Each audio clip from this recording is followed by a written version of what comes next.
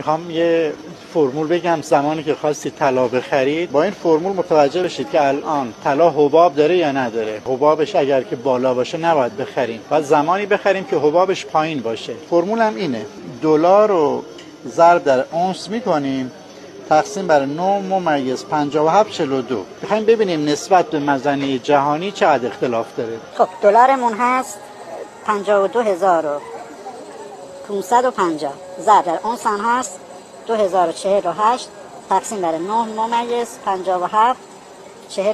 الان مزنه جهانی 11,240,000 تومانه، در صورتی که مزنه داخلی 11,496,000 تومانه. یعنی حدود 250,000 تومان الان طلای داخل حباب داره. این جور مواقع ما باید طلا رو بفروشیم، یعنی الان زمان خرید نیست، زمان فروش. اختلاف اگر نزدیک باشه به هم، مزنه داخل با مزنه جهانی خوبه. حالا تا 100,000 تومان هم مشکل نداره. بیشتر از 100,000 تومان باشه یعنی مزنه